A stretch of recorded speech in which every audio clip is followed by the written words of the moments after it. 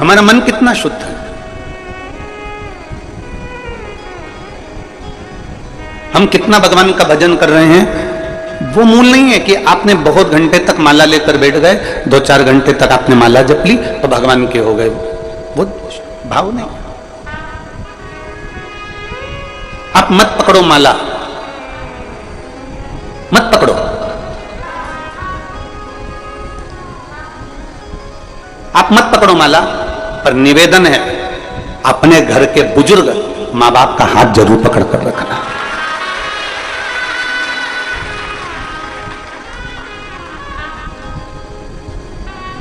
आप माला नहीं पकड़ सकते, मत पकड़ो, पर अपने घर के बुजुर्गों का, अपने घर के माता पिता का हाथ बुढ़ापे में जरूर पकड़ कर रखना। आप आसन लगाकर नहीं बैठ सकते घंटों तक, आप आसन लगाकर साधना नहीं कर सकते घंटों तक, मत करो।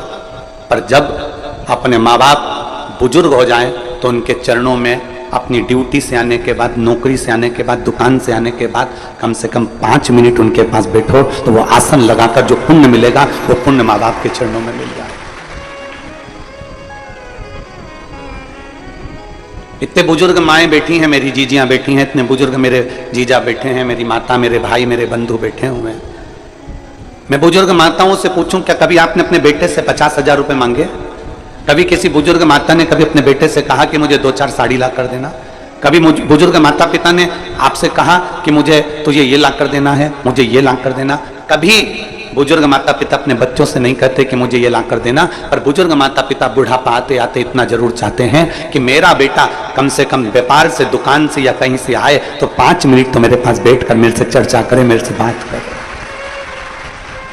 बुजुर्ग माता पिता को थोड़ा सा समय दीजिए। आप आसन लगाकर नहीं बैठ सकते ना किसी मंदिर, देवालय, शिवालय में, आप आसन लगाकर नहीं बैठ सकते किसी तीर्थ में, तो कम से कम अपने माँ बाप के चरणों में 5 मिनट 7 मिनट जरूर बैठो। आप माला नहीं पकड़ सकते, मत पकड़ो। कोई महाराज, कोई गुरु तुमसे कहे कि माला पकड़कर 2 घंटे तक बैठोगे तो भगवान मिल जाएगा, तो उनसे कह देना कि सियोर वाला महाराज बोला है कि माता पिता का हाथ पकड़ने से भी भगवान मिल जाता है। हमने हरि विठल की कथा सुनी। विठल पांडुरंगा की कथा क्या कहती है?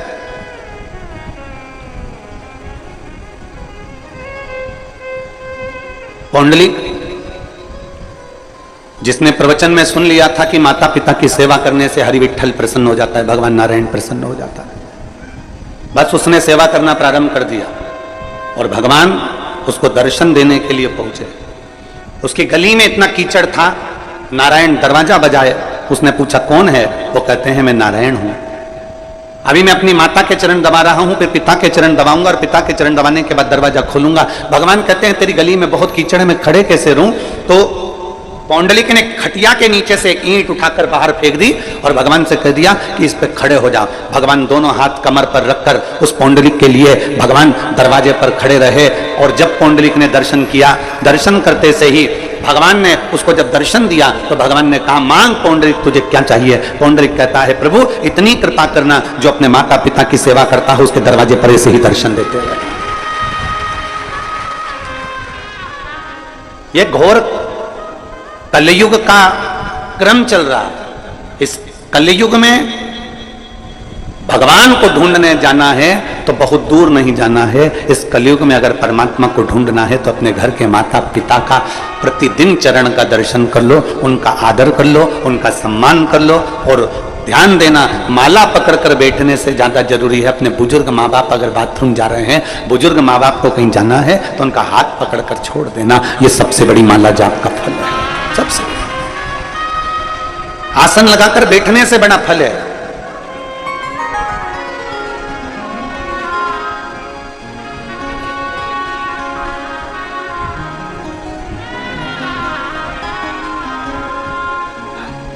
आप में से कई लोग तो हमको जानते हैं, हमारे सियोर में मकान में आप जाएंगे तो उसमें एक हॉल है और नीचे 2 कमरे हैं और 2 कमरे ऊपर। 3 भाई, माता पिता सभी उसमें रहे। पिताजी थे तभी भी और माताजी हैं तभी भी। हम तीनों भाई का एक नियम है कि जब भी कहीं से आते हैं तो माता के पास में, पिता के पास, जब पिताजी थे तो माता पिता के पास में, अब माताजी तो माताजी के पास कम से कम आधा से 1 घंटा तीनों भाई बैठकर भगवत भजन करते, चर्चा करते।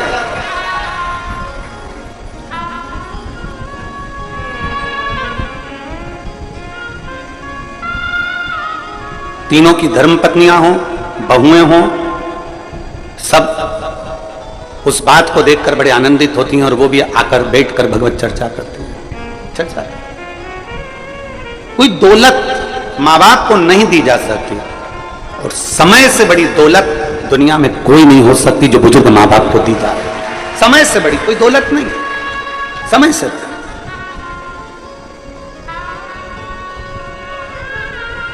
कोई कह दे तुमसे कि माला पकड़ लो, तो कह देना भैया हमने माँ बाप का हाथ पकड़ रखा है। कोई कह दे कि तुम आसन लगाकर बैठ जाओ, किसी तीर्थ में जाओ, कहीं बैठ जाओ आसन लगाकर, घंटों तक जब करना अनुष्ठान करना भगवान मिल जाएगा, उससे कह देना हमने सुना है शिव महापुराण में कि माँ बाप के चरणों में थोड़ी देर बैठ जाओ तो 1 घंटा क्या 50 घंटा क्या जीवन भर के आसन लगाने का पुण्य फल प्राप्त हो जाता है।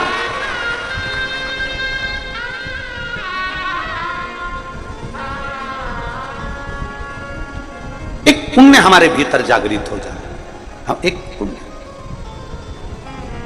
और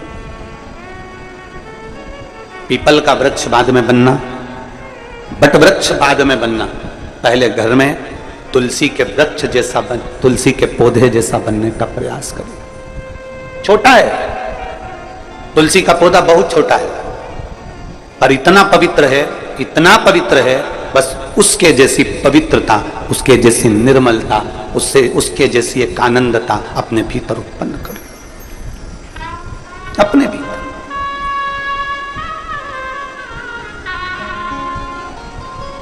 एक छोटे से छोटे बच्चे को भी यह ज्ञात होता है कि भगवान के स्नान का जल काय में डालना है। आप अपने छोटे से बच्चे को बुलाओ, ए ललुआ इधर आ। अब ललुआ को बुलाया और उसके हाथ में भगवान का घर में स्नान कराया। गणेश जी, लड्डू गोपाल सब बैठे थे, सबको एक थाली में, एक बर्तन में, एक तारबान में बिठाकर तुमने निला दिया। निलाया हुआ पानी अपने बच्चे को दे दिया, छोटे से को, और कह दिया ले डाल लिया। तुमने ये नहीं बोला उस बच्चे को कि इसको कहां डालकर, तुमने उस बच्चे को यह नहीं कहा कि इसको कहां ले जाकर छोड़ना,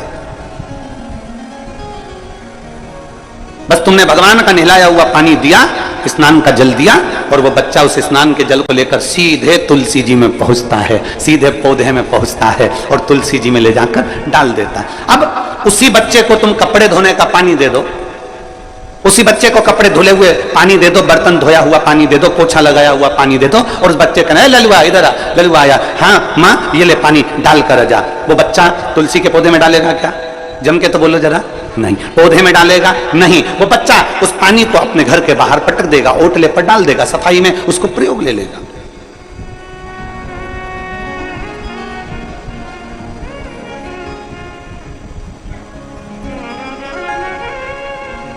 लोग कहते हैं आज के समय में सनातन धर्म को लोग जानते नहीं हैं, पर यह व्यासपीठ कहती है पक्के सनातनी के घर में,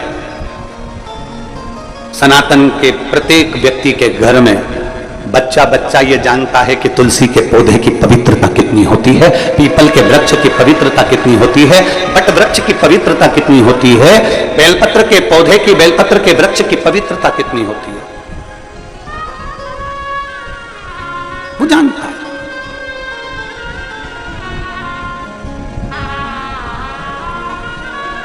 बस अपने धर्म को, अपने सनातन धर्म को, अपनी भक्ति को अंदर की ओर उतारना। एक फुटबॉल का एक गेम होता है, फुटबॉल खेली जाती है, उस फुटबॉल में लोग लात मारा करते हैं। अरे बोलो तो जम के मारते कि नहीं मारते? कोई इधर से लात मार रहा है, कोई उधर से लात मार रहा है, कोई इधर से मारे, कोई उधर से मारे, कोई इधर से मारे, कोई उधर से मारे, एक फुटबॉल उसे सब मार रहा है, सब ने लात मारी, खूब लात मारी उसमें। अब एक व्यक्ति बैठा था, उस व्यक्ति ने कहा, पूछा किसी से कि भैया ये फुटबॉल में लात मार रहे हैं, एक फुटबॉल में इतने सारे लोग लात मार रहे हैं, अच्छी बात है, इस फुटबॉल में इतनी लात क्यों पड़ रही है, इस फुटबॉल में इतनी लात क्यों मारी जा रही है? तो किसी ने कहा इस फुटबॉल में इसलिए लात पड़ रही है क्योंकि ये फुटबॉल अंदर से खाली है, ये फुटबॉल अंदर से खाली है। अगर इस फुटबॉल में सीमेंट भर दी जाती, पत्थर भर दिया जाता, इस फुटबॉल को अंदर से रेत से भर दिया जाता तो किसी के बाप में दम होती जो लात मार देता। अरे बोलो तो जम के। फुटबॉल अंदर से खाली है तो उसको लात मारी जा रही है। फुटबॉल अंदर से खाली है इसलिए कोई इधर से लात मार रहा है, कोई उधर से लात मार रहा है, कोई इधर से लात मार रहा है, कोई उधर से लात मार रहा है। फुटबॉल में रेत भर दो, फुटबॉल में पत्थर भर दो, फुटबॉल में अगर थोड़ी मिट्टी भर दो, फुटबॉल में अगर कुछ भर दिया होता, सीमेंट आदि भर दिया होता, घोल भर दिया होता, उसमें वजन हो जाता तो किसी में दम नहीं थी कि फुटबॉल में लात मार देते, लात टूट जाती पर वो फुटबॉल उचकती नहीं।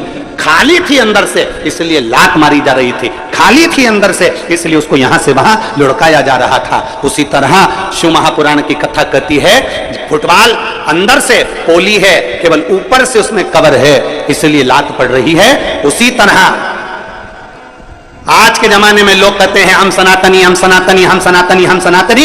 सनातन धर्म का केवल ऊपर से दिखावा करते हैं इसलिए दुनिया के लोग हमारे मंदिरों को तोड़ देते हैं, कहीं लात मार देते हैं, कहीं कुछ कर देते हैं। जिस दिन सनातन धर्म तुम्हारे अंदर से मजबूत हो गया, किसी के बाप में दम नहीं कि कोई मंदिर और देवालय और तीर्थ को देख ले।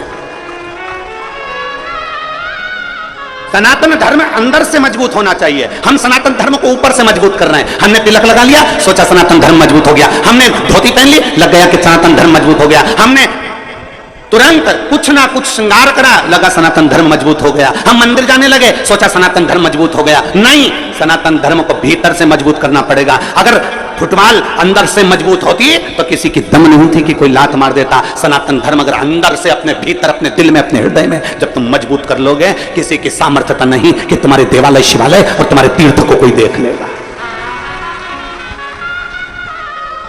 अपने भीतर से मजबूत करिए। और मैंने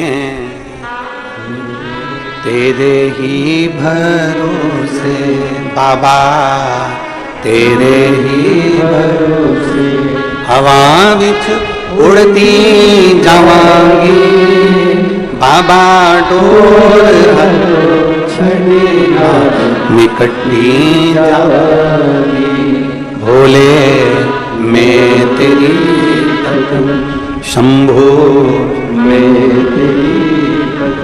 हवा विच उड़ती जावांगी बाबा, डोर हथो छड़ीना निकटी जावांगी। हम अंदर से मजबूत नहीं हो पा रहे।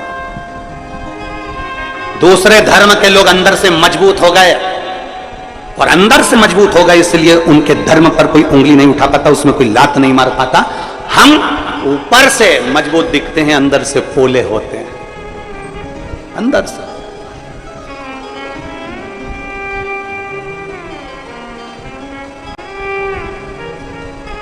और उसको मजबूत करने के लिए आपके भीतर की निर्मलता, आपके भीतर की शुद्धता, आपके भीतर की सिद्धता, आपके भीतर का विनम्रता उसको मजबूत कर सकता है। भीतर की नहीं। एक बार माता उमा ने भगवान महेश को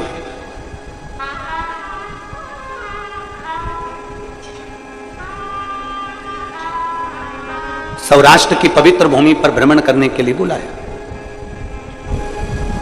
माता उमा ने भगवान महेश को सौराष्ट्र की पवित्र भूमि पर भ्रमण करने के लिए बुलाया, जिस भूमि पर भगवान शंकर ने चंद्र को काया के रोग से मुक्त किया था। आज उमा महेश दोनों सौराष्ट्र की पवित्र भूमि पर भ्रमण कर रहे हैं। हमेशा शंकर पार्वती नंदी पर बैठकर जाते थे, भगवान शिव और सती मैया नंदी पर बैठकर जाते थे, पर उमा और महेश दोनों आज त्रिशूल हाथ में लेकर, माता उमा और महेश दोनों हाथ में हाथ मिलाकर दोनों जा रहे हैं सौराष्ट्र की पवित्र धरा भ्रमण कर।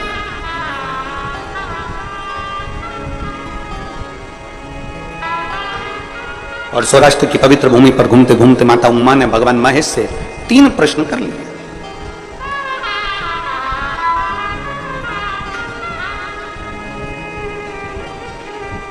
माता उमा ने भगवान महेश से 3 प्रश्न किए। उसमें सबसे पहला प्रश्न था, प्रभु आपके भक्त का सबसे बड़ा लक्षण कौन सा होता है? मां उमा पूछ रही है, पहला प्रश्न, आपके भक्त का सबसे पहला लक्षण कौन सा है? शंकर भगवान के शिव भक्त का, शिव की उपासना करने वाले का, शंकर की आराधना करने वाले का, शिव की स्तुति करने वाले का, शंकर के गुणगान करने वाले का, शंकर को एक लोटा जल चढ़ाने वाले का, शंकर को बेलपत्र चढ़ाने वाले का, शंकर का स्तुति में डूबने वाले का, शंकर की कथा में रमने वाले का, शिव स्तुति में डूबने वाले का, शंकर के शिवालय के दर्शन करने वाले का सबसे श्रेष्ठ लक्षण कौन सा? सबसे श्रेष्ठ लक्षण कौन सा? भगवान शंकर ने कहा, पार्वती मेरे भक्त का सर्वश्रेष्ठ लक्षण है विषम परिस्थिति में भी नम्र बने रहना, विषम परिस्थिति में भी नम्रता धारण करना। दुनिया आपकी कितनी भी विषम हो गई हो, दुनिया आपसे कितनी भी विषमता धारण कर रही हो, आपकी विषम परिस्थिति में भी आपकी नम्रता खत्म ना हो। विषम परिस्थिति में नम्रता खत्म। यहां पर रवि कृष्ण शास्त्री जी बैठे हैं विदिशा वाले, मैं आपको एक चीज के लिए धन्यवाद दूंगा। मैं वहां से जब विदिशा से चलने पर हमने आशीष जी को भी यह बात कही कि आयोजन के प्रति सबको टेंशन चल रहा था और सब कुछ ना कुछ अपनी अपनी भाषाओं में लगे हुए थे। कोई कुछ कह रहा था, कोई निंदा, कोई अच्छा, कोई बुरा, कोई सब चल रहा था। पर मैं आपको रवि कृष्ण शास्त्री जी धन्यवाद दूंगा आपको कि कितनी भी विषम परिस्थिति रही पर आपके चेहरे की हंसी नहीं गई। ऐसा शिव भक्त ही होना चाहिए, प्रसन्नता नहीं गई।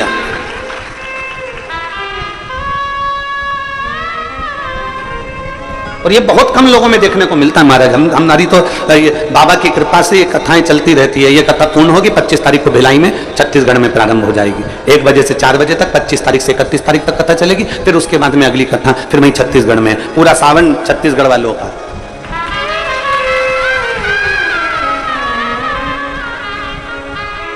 और सावन यहाँ चालू हो जाएगा तो बाबा का कांवड़ मेला चालू हो जाता है। आसपास के गांव के लोग, शहर के लोग अपने अपने गांवों से कांवड़ भरने के लिए लेके आते हैं अपने अपने गांव की, और शिव जी को चढ़ाना चालू कर देते हैं कुबेरेश्वर महादेव। वो गाजे बाजे के साथ 15-20 महिलाएं इकट्ठी हो जाती हैं, कांवड़ ले लेकर कुबेरेश्वर धाम आ जाती हैं। कई माताएं गाड़ियां ले लेकर आती हैं, दूर गाड़ी खड़ी कर देती है 2-5 किलोमीटर, और वहां से कांवड़ लेकर यहाँ जाती है। यहाँ कांवड़ चलती है। और सीवर की कांवड़ प्रदोष के दिन 17 अगस्त को सीवर नदी से बाबा कुबेरेश्वर बाबा के धाम तक आई। ढेर जगह जावे, अनेक जगह जावे, पर ये विषम परिस्थिति में भी जो मुस्कुरा दे, विषम परिस्थिति में भी जो ठंडा है, विषम परिस्थिति में भी जो कूल है, विषम परिस्थिति में भी जो नम्रता का भाव धारण कर ले, तो समझ लेना कि वो शंकर का श्रेष्ठ भक्त हो ही सकता। विषम परिस्थिति। इसकी एक कथा आती है बड़ी सुंदर। मेरे महादेव कह रहे हैं, मेरे महादेव ने पार्वती मां उमा से कहा, उमा सुन, एक व्यापारी के पास में 2 हीरे थे।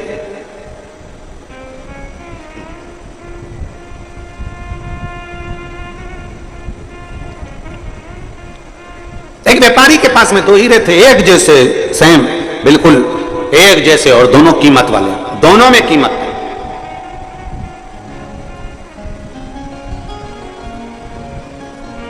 अब वो व्यापारी की एक आदत थी, प्रत्येक नगर में जाता और दोनों हीरों को रख देता और नगर के राजा के पास में नगरवासियों से कहता है, एक हीरा इसमें असली है और एक हीरा इसमें नकली है। इसमें एक हीरा असली और एक हीरा नकली है। अब आप जो बता देगा कि असली हीरा कौन सा है और नकली हीरा कौन सा है, उसको मैं ये कीमती हीरा फ्री में दे दूंगा। और नहीं बता सकते तो हीरे का पैसा तुम्हें मुझे देना पड़ेगा। हीरे का पैसा तुम्हें मुझे देना पड़ेगा। इसमें बताओ असली हीरा कौन सा, नकली हीरा कौन सा। सारे नगर नगर में जाता, कोई असली और नकली को पहचान नहीं पाता। कौन पहचान? कोई परखदार हो ना, एक बात बहुत अच्छे से याद रखिएगा, घी नकली होगा ना, चल जाएगा।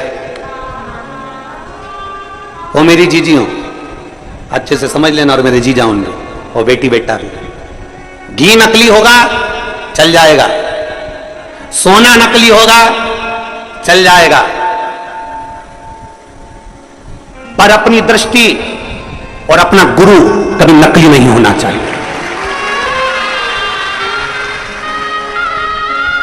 घी नकली है ना चलेगा, सोना नकली है चलेगा, बीज नकली है चलेगा, अन्न नकली है चलेगा, पर अपनी दृष्टि और अपना गुरु नकली नहीं होना चाहिए। पानी पियो छान और गुरु करो जान। बहुत सोचना समझना, ये नहीं कि 1 साल 2 साल हमने किसी को परख लिया और गुरु कर लिया ना। खूब सोचो समझो परखो। सोना नकली चल सकता है, घी नकली चल सकता है, पर गुरु नकली नहीं चल सकता। इसलिए अपनी दृष्टि ऐसी करना कि तुम्हें समझ में आना चाहिए कि गुरु बनाने के लायक है कि नहीं है।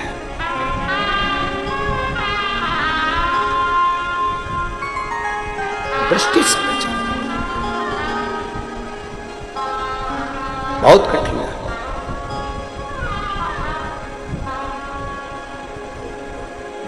महाराज आज के जमाने में असली घी नहीं मिलता, आज के जमाने में असली चांदी नहीं मिलती, आज के जमाने में असली कपड़ा नहीं मिलता, आज के जमाने में असली कोसा नहीं मिलता, आज के जमाने में असली चप्पल जूता नहीं मिलता, आज के जमाने में असली खाने का सामान नहीं मिलता। तो आज के जमाने में असली गुरु मिलना कितना कठिन होगा, जरा विचार करिएगा। छांटना पड़ेगा, देखना पड़ेगा, रमना पड़ेगा, ना जाने कितनी कितनी दृष्टियों से सोचना पड़ेगा, तब मिलेगा।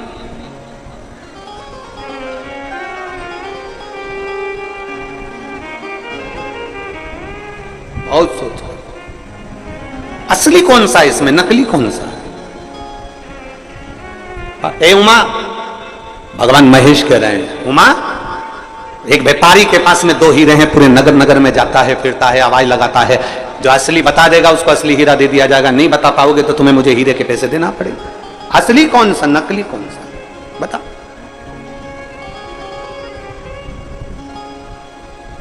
हमारे मालवा के संत श्री पंडित श्री कमल किशोर जी नागर जी महाराज अपनी भाषा में कहते हैं, हीरा को परखइयो राम कोई,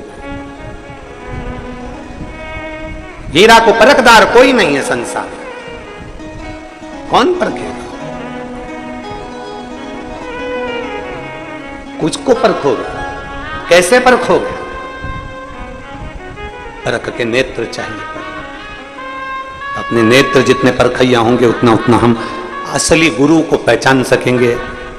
इसलिए पहले दिन की कथा में कहा था, कहीं मत भटको, शंकर के शिवालय में जाओ, अपना हाथ लगाओ, बेलपत्र चढ़ाते हुए कह दो कि मैंने आज से आपको अपना गुरु बना लिया है, शिव मेरा गुरु है। मैंने इंसान को नहीं, मैंने ईश्वर को गुरु बनाया है, शिव मेरा गुरु है। मैं शंकर की और शंकर मेरा है। किससे जाकर कहूंगी अपने दुखड़े को, किससे कहूं मैं जाकर अपनी तकलीफों को? मेरे ना जाने कहां कहां जाकर मुझे बोलना पड़ेगा, किसको कहूंगी, फोन लगेगा ना लगेगा, किससे कहूं? उससे अच्छा है मेरे शंकर को मैंने गुरु बना लिया। कंकर उठाऊंगी, हाथ में रखूंगी, पानी चढ़ाऊंगी और उससे अपने दिल की बात कह दूंगी तो मेरा महादेव सुनेगा, और सुनेगा तो मेरे दुख को हरने के लिए दौड़ कर आएगा। और अंत समय प्रभु आना पड़ेगा, वचन दिया तो निभाना पड़ेगा। आए ना आए प्रभु कुटुंब कबीला, अंत समय प्रभु आना पड़ेगा, वचन दिया तो निभाना पड़ेगा। अंत समय प्रभु आना पड़ेगा, और वचन दिया तो निभाना पड़ेगा। अंत समय में परमात्मा ये 2 हीरे व्यापारी के पास सबसे कहता है। एक नगर में पहुंच गया, महेश भगवान उमा माता से कहते हैं, सुनो उमा। वो एक नगर में पहुंचा और नगर में उसने राजा के सामने कह दिया कि मेरे पास में 2 हीरे हैं, कीमती हैं, इसमें एक असली है एक नकली है। जो बता देगा असली कौन सा नकली कौन सा, उसको हीरा दे दिया जाएगा। कोहिनूर हीरा है।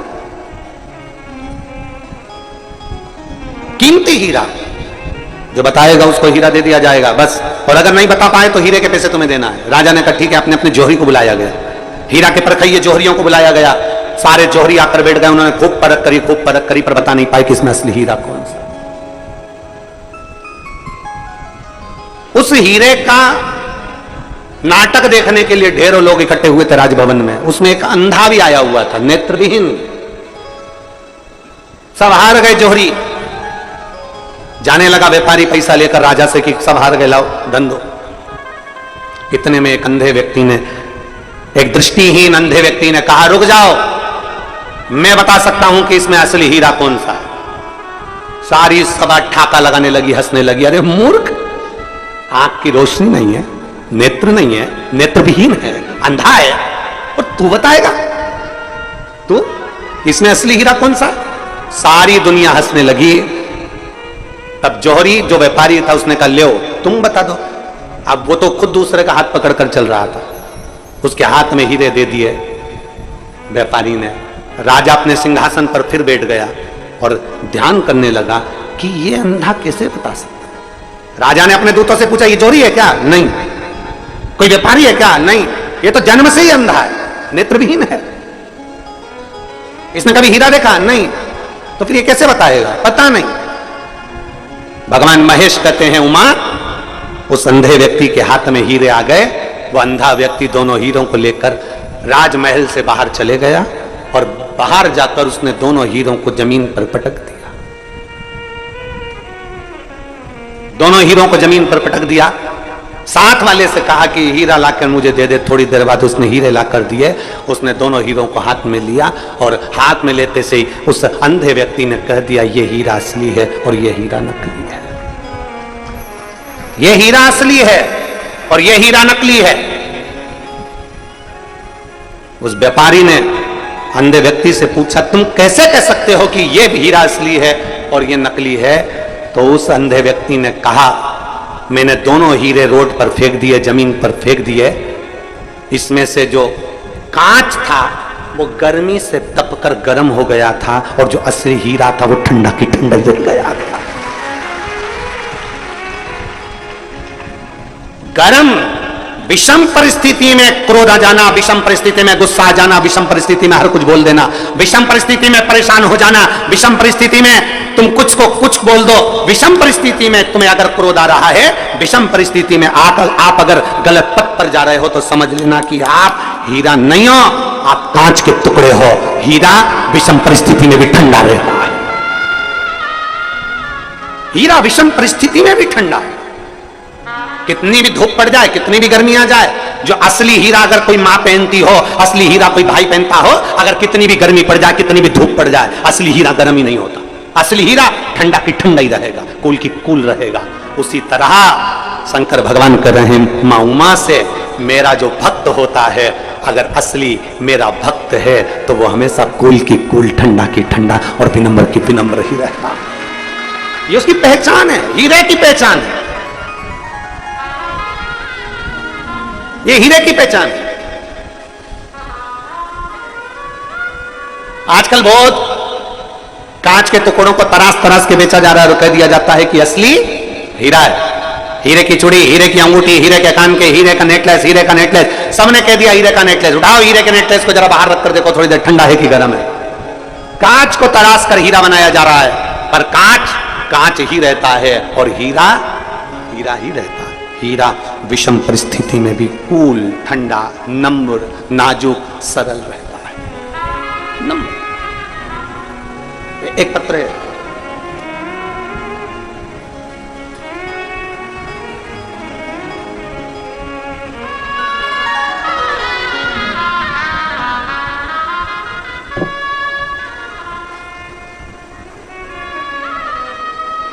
मेरा नाम ममता कुमावत है।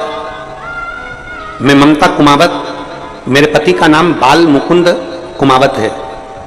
मैं गांव पंथ पिपलोदा, तहसील ताल, जिला रतलाम, मध्य प्रदेश से हूं। कहीं बैठी हो तो हाथ हिला सकती हैं, अगर कहीं बैठी हो तो हाथ हिला सकती हैं। मेरा नाम ममता कुमावत है, मेरे पति का नाम बाल मुकुंद है। मैं गांव पंथ पिपलोदा, तहसील ताल, जिला रतलाम, मध्य प्रदेश से आई हूं। कहीं बैठी हैं क्या? हाँ, बच्ची आई है के साथ में? ले आओ इसको, ले आओ, एक बेलपत्र ले जाना, ले आओ। आने में अगर असमर्थ हो तो उसको वहीं पर बिठा दो, आप आकर बेलपत्र ले जाओ।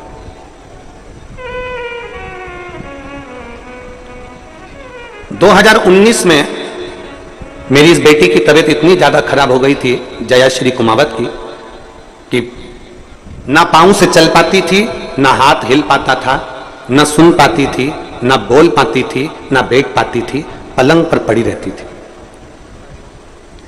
शरीर का कोई, इसका पांव, हाथ, इसकी दृष्टि, इसकी श्रवण शक्ति, इसका बोल, इसका सुनना, इसका रोटी खाना, पानी पीना, कुछ भी नहीं कर सकती, केवल पलंग पर पड़ी ही रहती थी। इसको ऐसी बीमारी हो गई थी जिसका कोई हल डॉक्टर के पास भी नहीं था। डॉक्टरों ने तो कह दिया था कि इसको घर ले जाओ, जितना दिन सेवा बन सके उतना दिन कर। 2019, 2020, 2021 इसकी तबीयत और गिरती रही और यह पलंग पर पड़ी की पड़ी रही।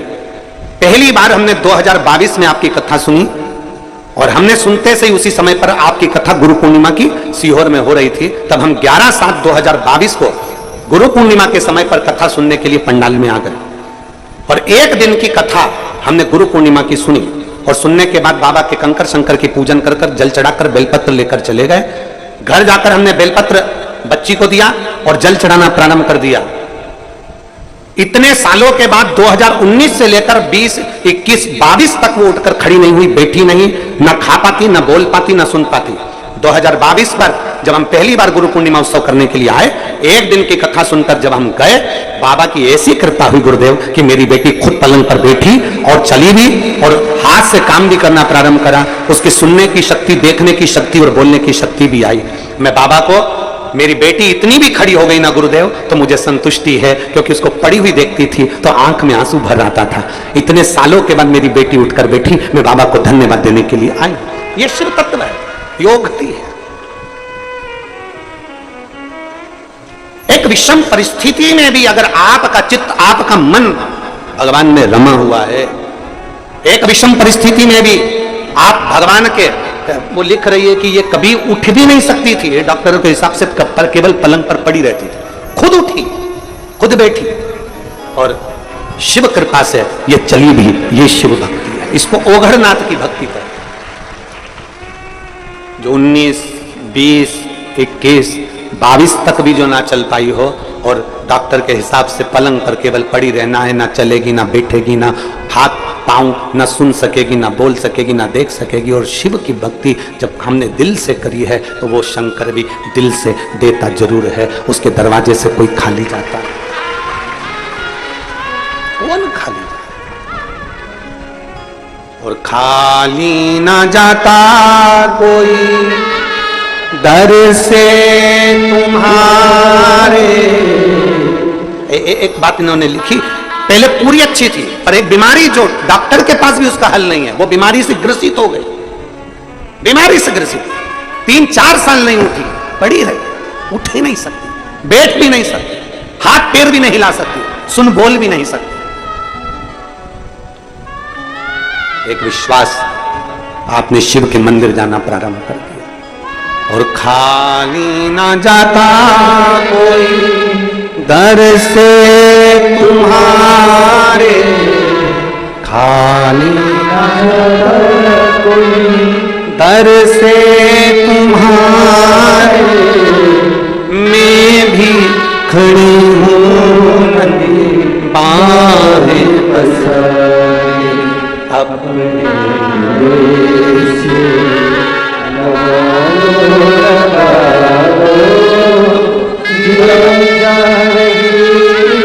जोरदार ताली बजाओ बेटी के लिए जो इतना परिश्रम, इतनी मेहनत।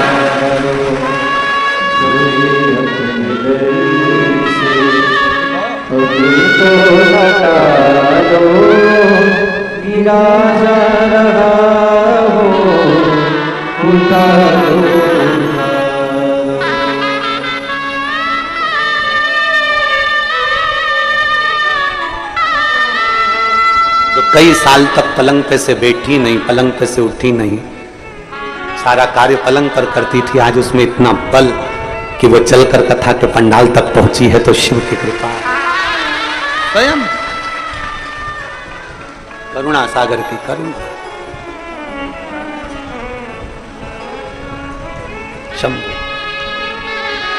और रिश्ता तेरा मेरा सबसे प्यारा, रिश्ता तेरा मेरा सबसे प्यारा, तू मेरा बाबा मैं हूँ तेरा लाला, मैं हूँ तेरा लाला, तू मेरा बाबा मैं हूँ तेरा लाला, मैं हूँ तेरा लाला। तेरे ही चरणों में जीवन गुजारा, तेरे ही चरणों में जीवन गुजारा, तू मेरा बाबा मैं हूँ तेरा लाला, मैं हूँ तेरा लाला। एक भरोसे के साथ शिव तत्व की प्राप्ति करेगा, एक भरोसे के साथ, दृढ़ता के साथ, विश्वास के साथ शिव तत्व। अब विषम परिस्थिति कितनी भी हो, दुख कितना भी बड़ा हो, कष्ट कैसा भी हो, हिम्मत नहीं हारना। मेरा बेटियों और बेटों से निवेदन है, एक एग्जाम में पास नहीं हुए कोई बात नहीं, दूसरा एग्जाम तो दूसरे में पास। एक पत्र है,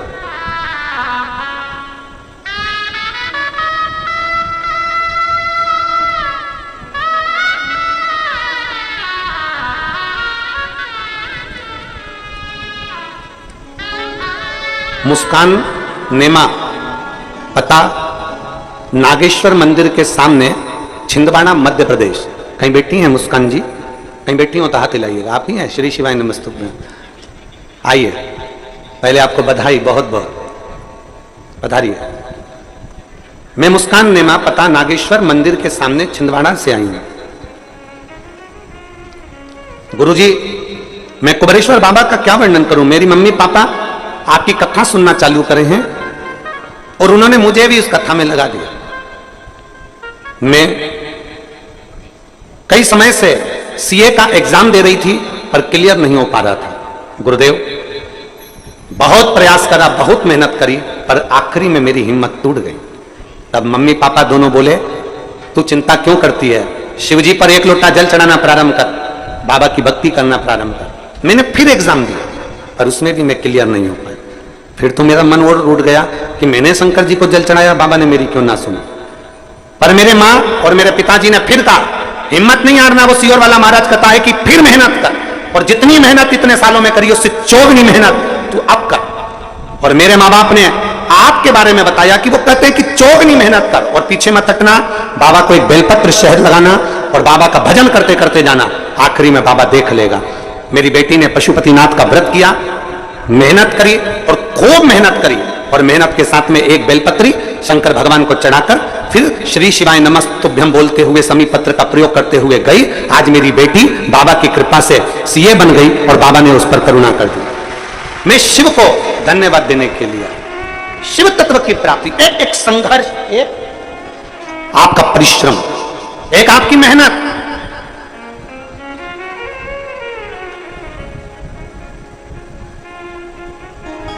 जो दुनिया के लोग जो बदनाम करने वाले होते हैं ना, वो केवल इतना कहते हैं कि सियोर वाला महाराज तो शहद में लगी बेलपत्र चढ़वाता है और लोगों से कह देता है कार्य हो जाएगा, पर पूरी बात कभी नहीं दिखाते कि सियोर वाला महाराज कहता है कि अपनी मेहनत को 4 गुना बढ़ाना है, फिर बेलपत्र चढ़ा कर जाना।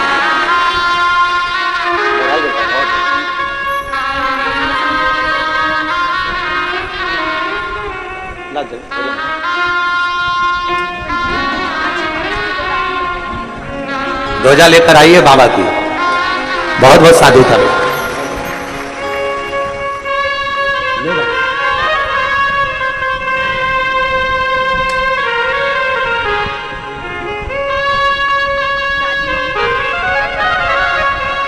बहुत बहुत एक बार बेटी के लिए जोरदार ताली बजाओ, बहुत बहुत साधुता बेटी। चौगनी मेहनत करी। एक बार एग्जाम दिया नहीं हुआ, पीछे नहीं हटना है। एक बार कंपटीशन एग्जाम में बैठे, पीछे नहीं हटना है। और जितने मेरे शंकर के भक्त 17 अगस्त को कांवड़ यात्रा में आ रहे हैं, जितने बेटे बेटियां कांवड़ यात्रा में सीहोर आ रहे हैं, उनसे निवेदन करूंगा, सीहोर आने से पहले अपने दिल को पहले पक्का कर लेना, मजबूत कर लेना कि मैं कांवड़ भरने जा रही हूं तो बाबा भी मुझे कहीं ना कहीं ज्वाइनिंग जरूर कराएगा, निश्चित है। मेहनत करूंगी 4 गुना।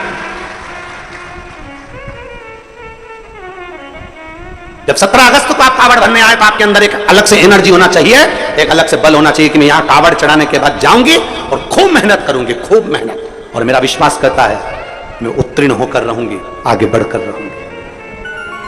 एक उत्साह, एक उमंगता। एक पत्र देखिए,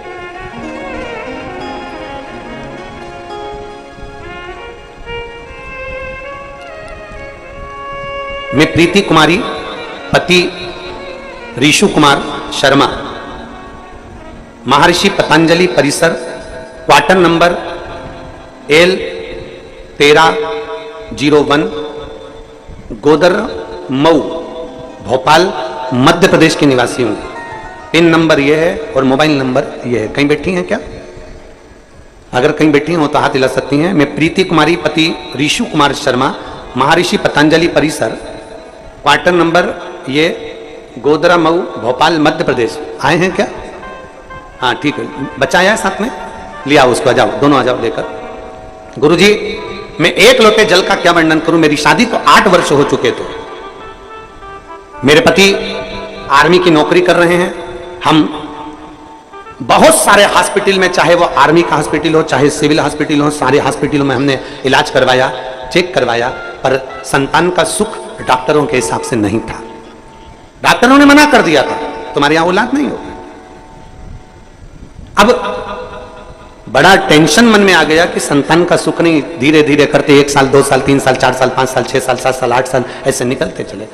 तब मेरी सासू मां टेलीविजन पर आपकी कथा सुनना प्रारंभ करी और मेरी सासू मां ने एक ही बात कही कि तू एक काम कर, सीहोर चली जा और वहां से कंकर उठा कर लिया, और वहां का कंकर शंकर माना जाता है, उसकी पूजन करना।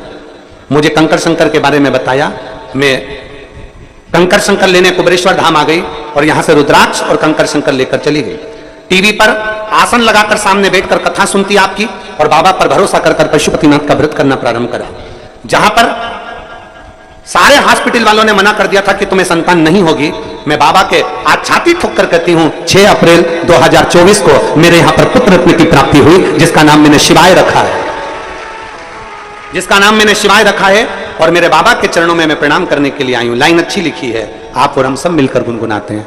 खाली ना जाता कोई दर से तुम्हारे, खाली ना जाता कोई दर से तुम्हारे, मैं भी खड़ी हूँ नंगी बाहें पसारे, अपने हृदय से लगा लो,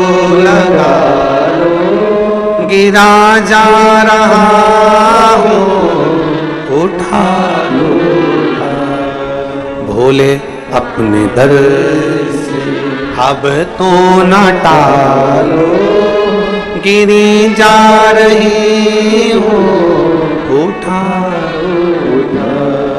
एक विश्वास अपने अंदर उत्पन्न करिए। विषम परिस्थिति है, माना कि कोई विषम परिस्थिति में हम घिरे हुए हैं, पर हारना नहीं है।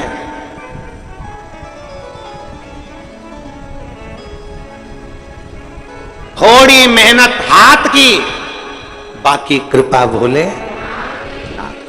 थोड़ी कृपा, थोड़ी मेहनत हमारे हाथ की है, और फिर आगे उसको छोड़ दो, उस पे छोड़ दो। कंकर लिया बाबा का, पूजन करी बाबा की, स्तुति करी बाबा की, अपने पास के मंदिर में 1 लोटा जल चढ़ाया बाबा को, मंत्र जाप करा शिव महापुराण का, श्री शिवाय नमस्तुभ्यम, मंत्र जाप करा शिव पुराण का, बाबा का भजन करा, बाबा पर विश्वास करा, बाबा के भरोसे पर चले, बाबा के भरोसे, विश्वास के साथ, भरोसे के साथ।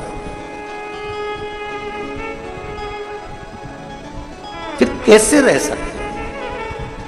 ए मेरी जीजियों, मेरे जीजाओं, मेरी बेटियों, बेटाओं, मेरी माताओं, मेरे भाई, मेरे बंधु, हारना नहीं, कभी नहीं हारना।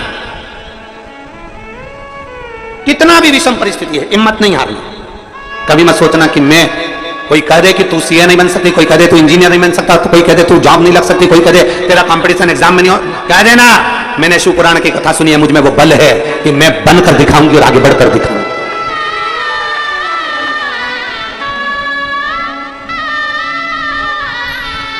शंभू शंभू शंभू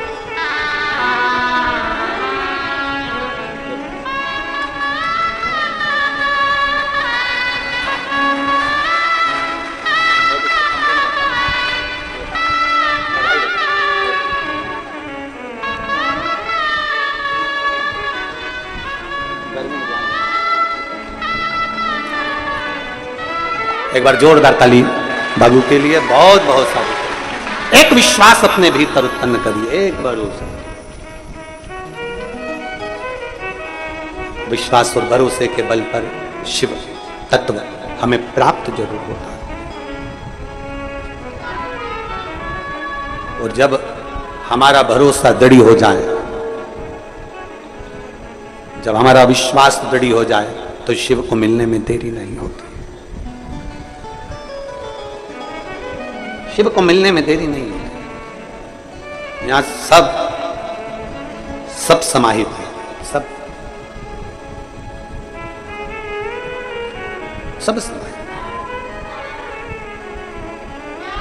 और तेरे डमरू की धुन सुन के मैं काशी नगरी आई हूँ। तेरे डमरू की धुन सुन के मैं काशी नगरी आई हूँ।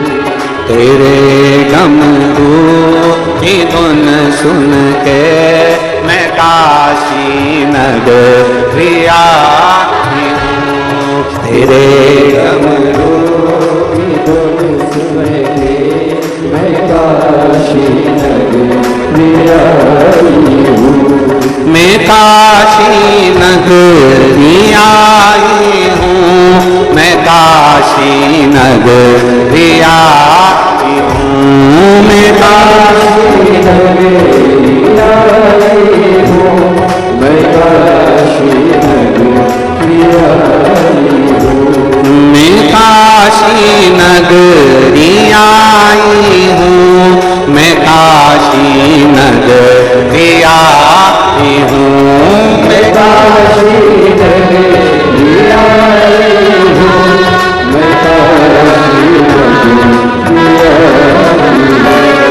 मेरे बोले ओ बम बोले मैं काशी नगरी आई हूँ। मेरे बोले ओ बम बोले मैं काशी नगरी आई हूँ। बड़े भाव, दोनों हाथों से पीछे वाले भी।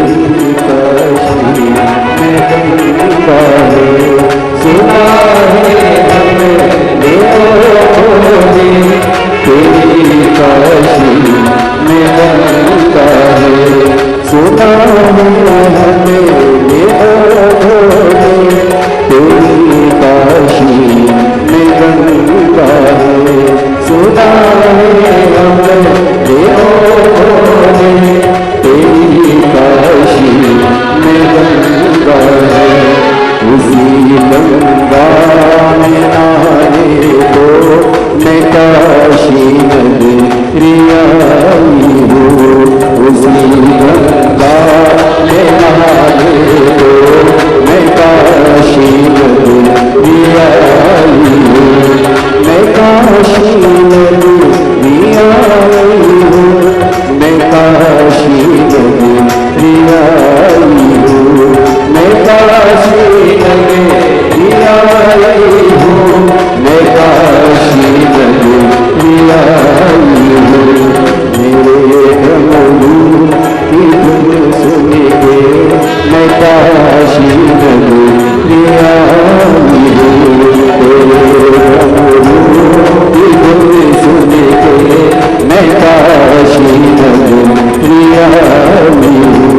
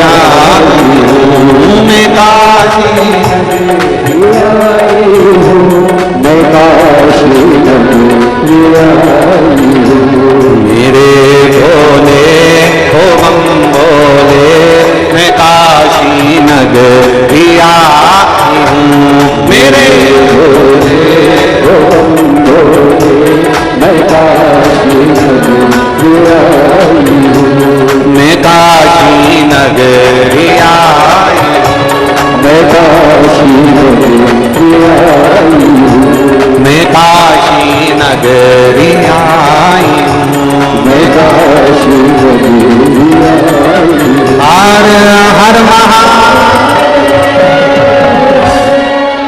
अपने स्थान पर बैठकर भगवान शिव जी से अपने मन की बात बड़े भावों के साथ हृदय से कंकर शंकर की पवित्र भूमि पर गुरु पूर्णिमा महोत्सव के अवसर पर बड़े भाव से देव अधिदेव महादेव से अपने मन की बात हृदय से दिल से प्रार्थना करिए। जब बाबा को दिल से कहोगे तो वो सुनेगा।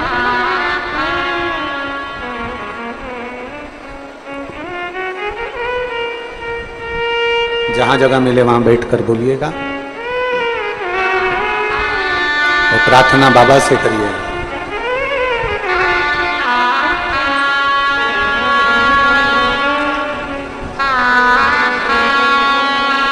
निवेदन है, जिनको बैठने के लिए जगह नहीं मिल रही हो, जो दीवार के बाहर भी खड़े हुए हैं, तो उनसे निवेदन है कि आप लोग कहीं कहीं पेड़ों की छांव में या जहां जगह मिल जाए वहां बैठकर बाबा से प्रार्थना करें। जहां जैसी जगह मिल जाए।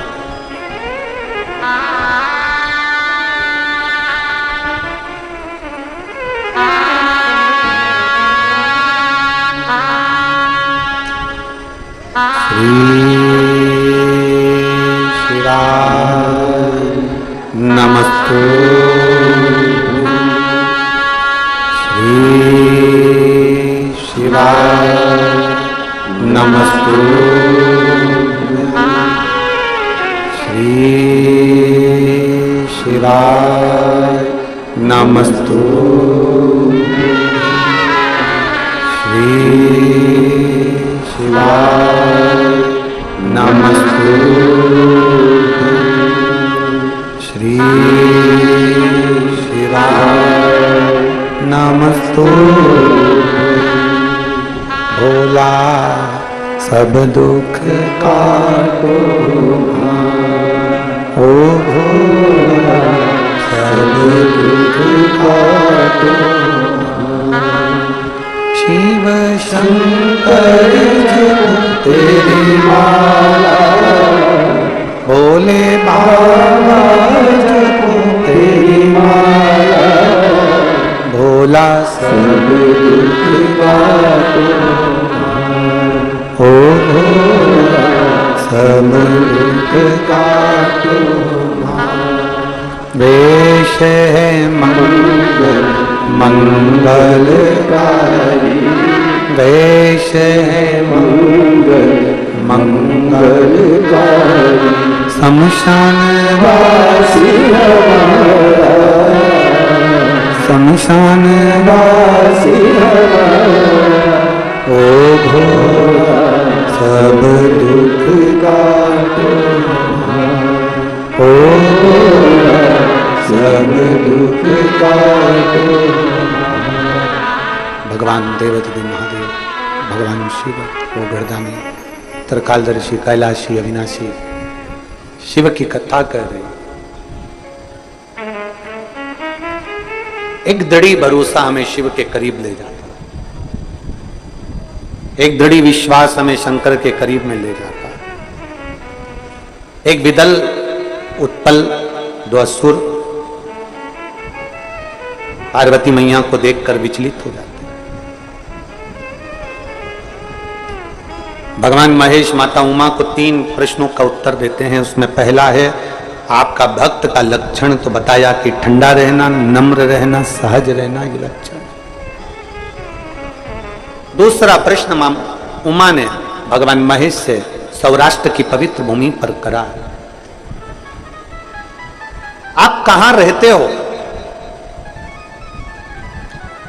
कोई कहता है कैलाश पर निवास है आपका, कोई कहता है शमशान में निवास है आपका, कोई कहता है कि 12 ज्योतिर्लिंग में निवास है आपका, कोई कहता है सर्व जगत में आप निवास करते हो।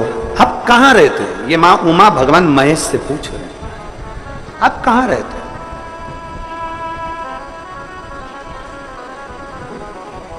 कोई तुमसे पूछ ले कि भगवान शिव कहां रहते, कोई आपसे कह दे कि भगवान कहां निवास करते। शिव महापुराण की कथा में भगवान शंकर मां उमा से कहते हैं, उमा दुनिया के लोग मुझे ना जाने कहां कहां बताते हैं, पर शिव कहते हैं, भगवान महेश कह रहे हैं माता उमा से, सुनो।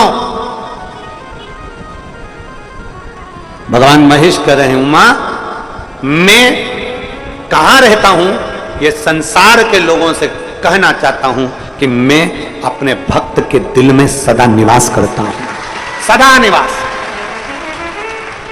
इसलिए निवेदन है आप सबसे, रिटर्न बढ़, आप सबसे निवेदन है, सब कुछ करो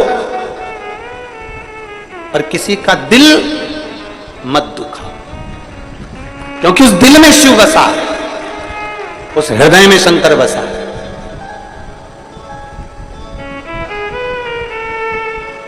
और जब हृदय में शिव बसता है तो किसी का हृदय दुखाओगे तो वो उसका दिल नहीं दुख रहा है, उसमें शिव जो विराजमान है वो शंकर का हृदय दुख रहा है, शिव को कष्ट हो। शिव महापुराण में सीख कर जाओ। चल रहे हो, जा रहे हो, भीड़ में हो, मंदिर में हो, किसी को भी अपने द्वारा धक्का ना लगे, एक ठोकर अपने कारण किसी को ना लगे, किसी को एक हाथ का टुल्ला भी नहीं लगना चाहिए, किसी को अपने द्वारा धक्का भी नहीं लगना चाहिए।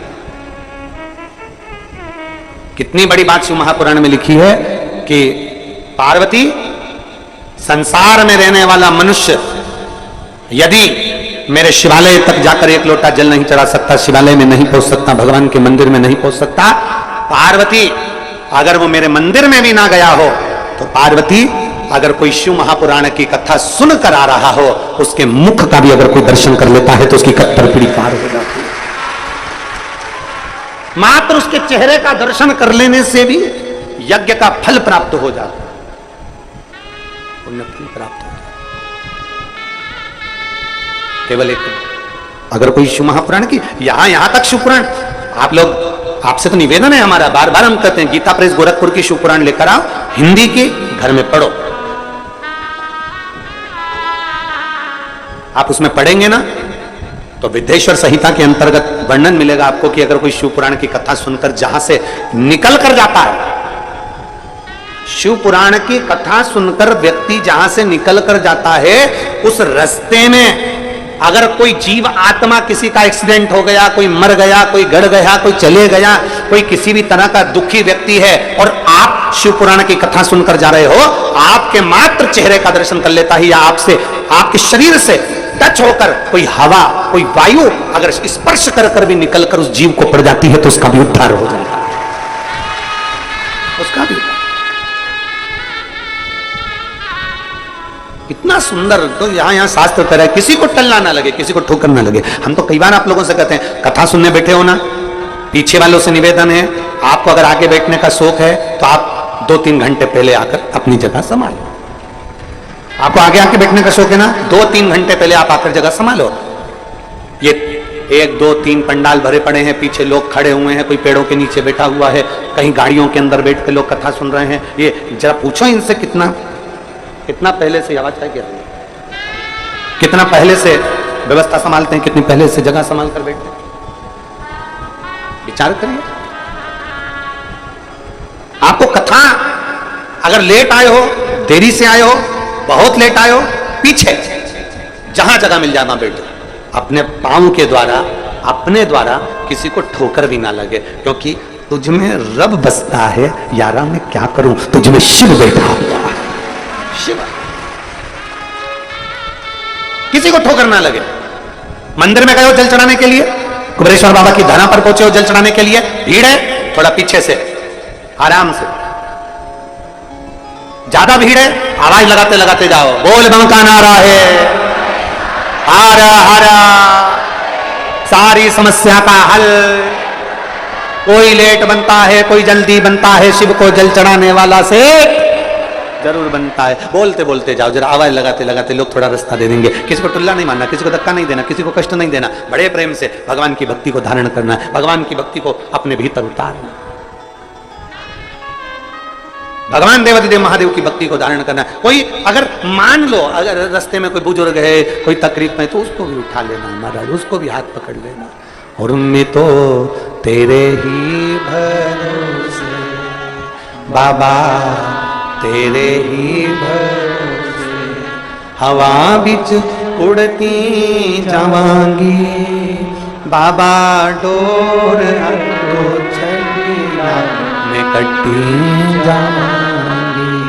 भोले मैं तेरी पतंग, शंभू मैं तेरी पतंग, हवा बिच उड़ती जावांगी बाबा, डोर तो छड़ीना मैं कटी जावांगी।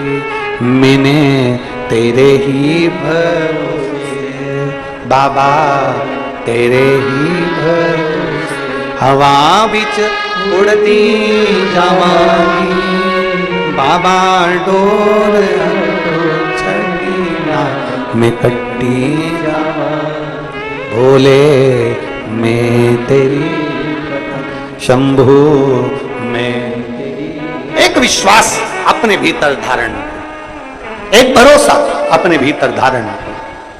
जब एक विश्वास, जब एक भरोसा अपने भीतर हो तो परमात्मा क्यों ना मिले। माता उमा भगवान महेश से कह रही है, प्रभु आप कहां रहते हो, आप कहां रहते हो,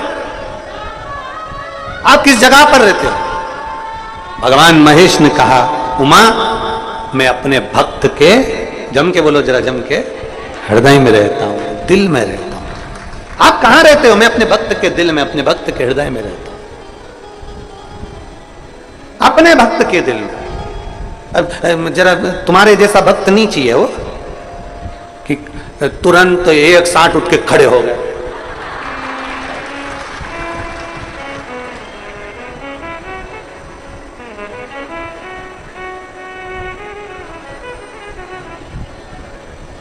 कहां से लेकर आते हो इतनी जोरदार कला, इतनी जोरदार।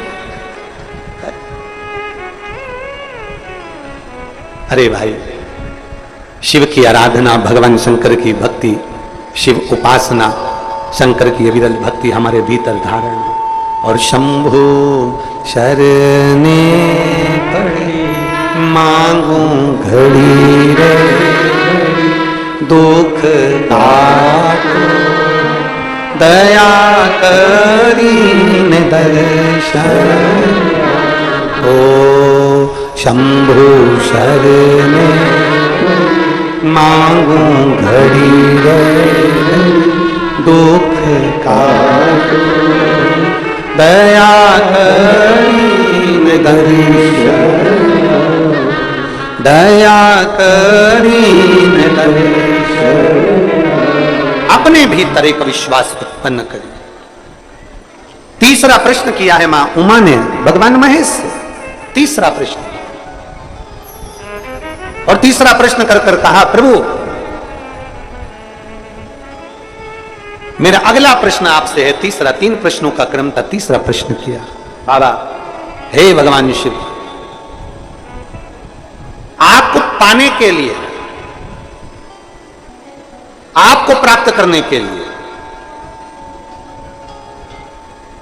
कहां जाया जाए, किस स्थान पर जाया जाए, किस भूमि पर जाया जाए, कहां। कलकत्ता में एक बात कही थी, आप लोगों ने सुनी होगी, एक लोटा जल कहीं पे भी चढ़ाते जाओ, वहां पर भी बीज अंकुरित हो जाता है। कुछ डालो मत डालो, अपने आप। मंदिर से मेन पुजारी जी हमारे बीच में उपस्थित हुए हैं, एक बार जोरदार ताली बजाकर स्वागत करें। साथ में विदिशा से हमारे बीच में पधारे हुए हैं आचार्य रवि कृष्ण जी शास्त्री, बड़े ही आदर और सम्मान से मंच पे आप भी पधारे। और साथ में हमारे बीच में पधारे हुए हैं गुजरात से, बड़ौदा गुजरात से श्री घनश्याम जी महेश्वरी बड़े ही आदर और सम्मान से आप भी मंच पे पधारे, व्यासपीठ का पूजन करें और पूज्य गुरुदेव से आशीर्वाद प्राप्त करें। सुंदर देखिए यह कथा का छठवां दिवस चल रहा है। गुरु पूर्णिमा महाउत्सव के पावन उपलक्ष्य में प्रतिवर्ष अनुसार इस वर्ष भी हम सभी ये सुंदर शिव महापुराण की कथा श्रवण कर कर अपने जीवन को कृतार्थ कर रहे हैं, आनंद में कर रहे हैं। और मेरे महादेव की कृपा से ही इस जगत के सारे कार्य संभव होते हैं। हम कितना ही प्रयत्न कर लें, कितना ही प्रयास कर लें, लेकिन अगर महादेव की मर्जी नहीं होती है तो कोई भी कार्य संभव नहीं होता है। हम चाहे कितना ही प्रयत्न कर लें। और आज बाबा भोलेनाथ की कृपा से हम सभी कुबेर भंडारी की इस पावन धरा से, पुण्य में धरा से कथा श्रवण कर कर अपने जीवन को कृतार्थ कर रहे हैं। देखिए ये पावन धरा कोई साधारण धरा नहीं है। आप सभी को ज्ञात है कि कोरोना काल महामारी के चलते हुए हमने कई कथाएं इस धरा से श्रवण करी है।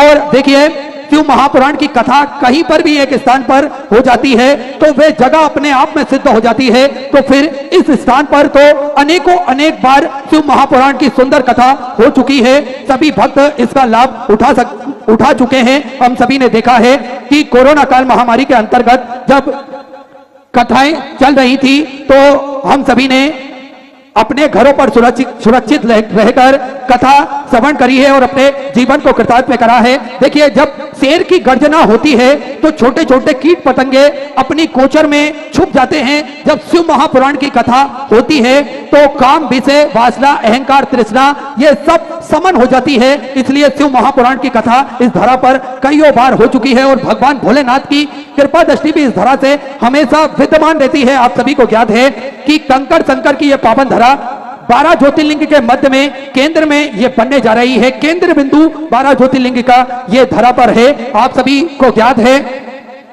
कि कंकड़ शंकर को यहाँ पूजा जाता है, कंकड़ शंकर की पूजा करी जाती है और भक्त किसी भी स्थान पर बैठकर 108 बार श्री शिवाय नमस्तुभ्यम का जाप करता है तो निश्चित ही उन सभी भक्तों की मनोकामना पूर्ण होती है। हम सभी ने देखा जब भक्तों की मनोकामना पूर्ण होती है तो भक्त किस प्रकार से कोई दंडवत प्रणाम करते हुए कुबेर भंडारी की पावन धरा पर पहुंचता है, कोई पैदल चलकर सैकड़ों किलोमीटर दूर से पैदल चलकर कुबेर भंडारी की धरा पर आता है, कोई आप सभी को ज्ञात है कोई दंडवत प्रणाम करते हुए आता है, कोई घुटनों के बल पैदल चलकर आता है। तो जब भक्तों की मनोकामना पूर्ण होती है तो भक्त अपनी मनोकामना पूर्ण होने के बाद इस प्रकार के जो नियम रहते हैं वे धारण करते हैं। और आप सभी को ज्ञात है कि इस धारा से सेवा के कार्य भी प्रतिदिन सुचारू रूप से चलते हैं, जिसपे गौ माता की सेवा हो या फिर मानव सेवा हो, जीव सेवा हो, श्री विठलेश्वर सेवा समिति हमेशा बढ़ चढ़कर कार्य करती है, हमेशा बढ़ चढ़कर भाग लेती है। आप सभी को ज्ञात है कि भोजन भंडारा जो इस धरा से निःशुल्क चलाया जाता है, विश्व की सबसे भव्य और बड़ी भोजनशालाओं में से एक भोजनशाला ये कुबेर भंडारी की भोजनशाला है, जिसमें लाखों, सैकड़ों, हजारों भक्त प्रतिदिन भोजन भंडारे का आनंद लेते हैं, अपने जीवन को कृतार्थ में करते हैं, आनंद में करते हैं। आप सभी को ज्ञात है कि जो 21,000 रुपए की स्वर्गराशि आप देते हैं उससे आजीवन भोजन भंडारे की सदस्यता ग्रहण करते हैं और साल में एक दिन आपके नाम से भी भोजन भंडारा कराया जाता है। यही क्रम प्रतिदिन चलता है, 365 दिन चलता है, जिसमें सभी भक्त भोजन भंडारे का आनंद लेकर अपने जीवन को कृतार्थ करते हैं, आनंद में करते हैं।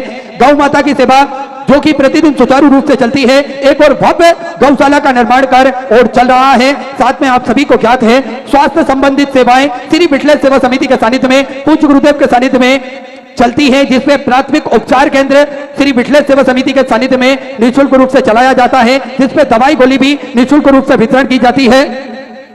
साथ में समय समय अनुसार स्वास्थ्य शिविर भी भक्तों के लिए लगाए जाते हैं, उनकी जांच हो सके निःशुल्क रूप से, इसलिए स्वास्थ्य शिविर भी श्री विठलेश्वर सेवा समिति के सानिध्य में समय समय अनुसार लगाए जाते हैं ताकि के भक्त निःशुल्क ये जांच करवा सके। साथ में एक और सर्व सुविधा युक्त एक हॉस्पिटल और कुबेर भंडारी की पावन धरा पर बनने जा रहा है। आप सभी को याद है 251 कमरों की जो भव्य विशाल धर्मशाला बनने जा रही है, उसका निर्माण कार्य बढ़ाते हुए 100 कमरे का इजाफा पूज्य गुरुदेव के आदेश अनुसार करते हुए उसमें अब 351 कमरों की भव्य विशाल धर्मशाला बनेगी। लगभग 15 से 16 बड़े बड़े हॉल भी इस धर्मशाला के अंतर्गत बनाए जाएंगे ताकि के भक्त बड़े ही आराम से रुक के भगवान का भजन कीर्तन स्मरण कर कर अपने जीवन को कृतार्थ में कर सके, आनंद में कर सके। साथ में आप सभी को ज्ञात है रुद्राक्ष जो निःशुल्क रूप से वितरण किया जाता है, यह पूज्य गुरुदेव का संकल्प है कि सभी सनातन धर्म के मानने वाले लोगों के गले में रुद्राक्ष हो, सभी सनातन धर्म के मानने वाले लोगों के घर के मंदिर में रुद्राक्ष हो। यह रुद्राक्ष का जल भगवान भोलेनाथ पर चढ़ाकर उसको ग्रहण कर स्वतः ही इस रुद्राक्ष के महत्व को जान सके, रुद्राक्ष की महिमा को पहचान सके, इसलिए पूर्णतः निःशुल्क रूप से ये रुद्राक्ष वितरण किए जाते हैं, जिसका कोई किसी भी प्रकार का शुल्क नहीं लिया जाता है। रुद्राक्ष ना ही कोरियर किए जाते हैं और ना ही किसी के हाथों से दिए जाते हैं कि आपके हाथ से भिजवा दिया हो। रुद्राक्ष आपको स्वतः ही आना पड़ेगा कुबेर भंडारी की पावन धरा पर और आपको स्वतः ही लेकर इस धरा से जाना पड़ेगा। सुंदर इन सेवा के प्रकल्पों से आप जुड़ सकते हैं। जिन दानदाताओं को अपनी स्वराशि समर्पित करनी है वे टीवी स्क्रीन पर श्री विठलेश्वर सेवा समिति के जो 2 अकाउंट नंबर चल रहे हैं, दोनों में से किसी में भी अपनी स्वराशि जमा कर अपना नाम व्हाट्सएप पर भेज सकते हैं।